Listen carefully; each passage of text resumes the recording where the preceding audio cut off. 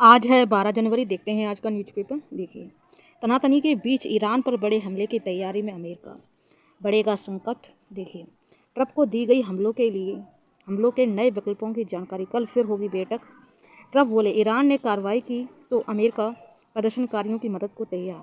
Republican senator ने कहा, America मुर्दाबाद कहने वालों को जल्द मिलेंगे 72 हुर्रे। देखिए,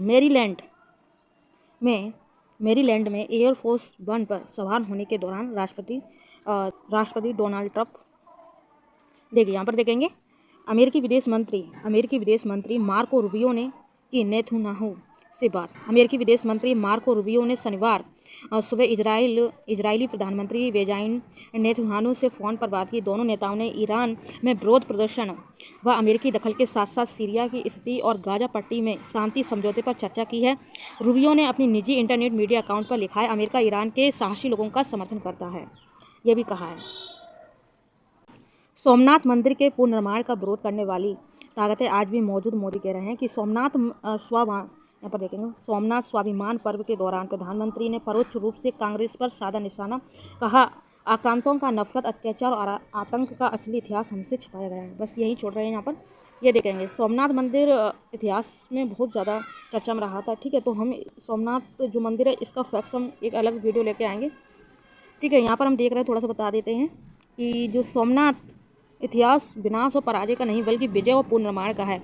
आतताई अब इतिहास के पन्नों में सिमट गए, लेकिन सोमनाथ मंदिर आज भी स्वाभिमान के साथ खड़ा है। यही नहीं, पीएम ने कहा कि गजनवी और औरंगजेब जैसे आक्रांताओं का नफरत, अत्याचार और आतंक का असली इतिहास हमसे छिपाया गया है।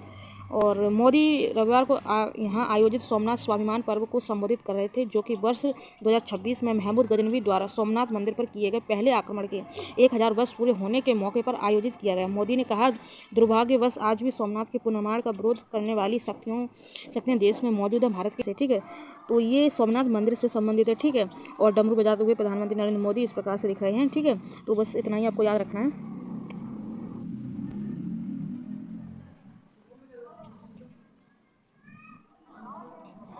आज 12 जनवरी है और आज स्वामी विवेकानंद जी की जन्मतिथि है। स्वामी विवेकानंद का विलक्षण कवि, इसको हम देखेंगे पेज नंबर 13 पर।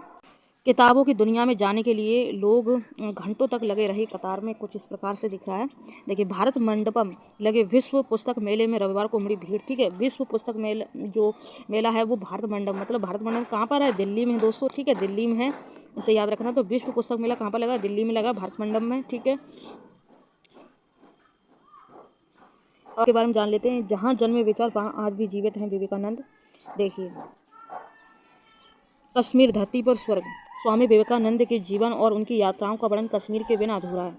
सिस्टर निवेदिता से उन्होंने कहा था कि कश्मीर के सिवा किसी और जगह को छोड़ने का उन्हें दुख नहीं हुआ। इस धरती पर यह स्वर्ग है। अल्मोड़ा, विचारों की साधना। सांस्कृतिक नगरी अल्मोड़ा का प्राकृतिक और आध्यात्मिक वातावरण धर्म, अध्यात्म, कला, साहित्य और संगीत के जिज्ञासुओं को आकर्षित करता है। 1890 में पहली बार अल्मोड़ा आगमन के साथ ही स्वामी विवेकानंद इस नगर में गहरा भावात्मक जुड़ाव बन गए। उन्होंने 1890 से 1897 यहाँ की यात्रा की। ठीक है, और यह उनके विचारों की साधना का केंद्र है। हिमालय अल्मोड़ा विवेकानंद की साधना सर्जन का महत्वपूर्ण अध्याय रहा। 12 जनवरी 1863 को जन्मे नरेंद्र नाथ की मृत्यु 4 जुलाई 1902 को हो गई थी। और ये देखते हैं काशी, इसी नगरी ने स्वामी के भारत बोध को दी धार। अध्यात्म नगरी वाराणसी में लक्सा स्थित रामकृष्ण मिशन मठ, यह बीते जीवन के अंतिम दिन है। होली तट पर स्थित बेलूर मठ विवेकानंद के विचारों का स्थापत्य है। इसके मंदिर में हिंदू, बौद्ध, ईसाई और इस्लामी तत्वों का समन्वय उनके सर्वधर्म समभाव की मौन घोषणा करता है। बेलूर मठ जहाँ स्वामी जी ने महासमाधि ली है। ठीक है, तो विवेकानंद ने महासमाधि कहाँ ली है? देश की पहली हाइड्रोजन ट्रेन हुई तैयार। हरियाणा के सीएम ने जारी किया वीडियो, कुछ इस प्रकार से है। देखिए, मुख्यमंत्री नायब सिंह सैनी ने फेसबुक पर साझा किया वीडियो। ठीक है, सोनीपत जिंद के बीच रोजाना 2 चक्कर लगाते हुए तय करेगी सफ़र। और देश की पहली हाइड्रोजन ट्रेन जिंद सोनीपत के बीच चलने को पूरी तरह तैयार है। इसके साथ ही भारतीय रेलवे हरित ऊर्जा की दिशा में नया इतिहास रचने जा रहा है।